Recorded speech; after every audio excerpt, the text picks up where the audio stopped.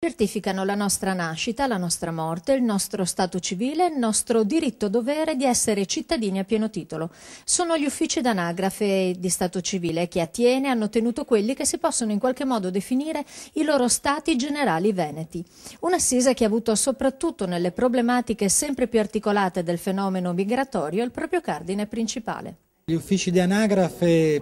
possono o devono fare molto, perché iscrivere all'anagrafe chi è presente sul territorio è una garanzia di legalità e una garanzia di integrazione per chi è straniero, ma anche una garanzia di inclusione sociale per tutti, per gli italiani e per gli stranieri, senza poi grandi distinzioni, perché esistere all'anagrafe significa esistere nella comunità dei residenti, significa mandare i bambini a scuola, significa avere sicurezze di partecipazione alla vita della comunità. I comuni sono gli interlocutori e i depositari di questa nuova sfida nella logica di un'integrazione giocata fino in fondo sul consapevole per quanto delicato intreccio di diritti e di doveri. Una sfida che chiede ogni giorno di più di diventare sistema.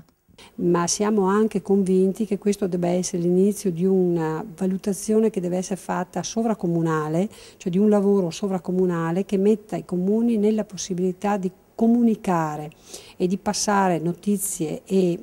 leggi e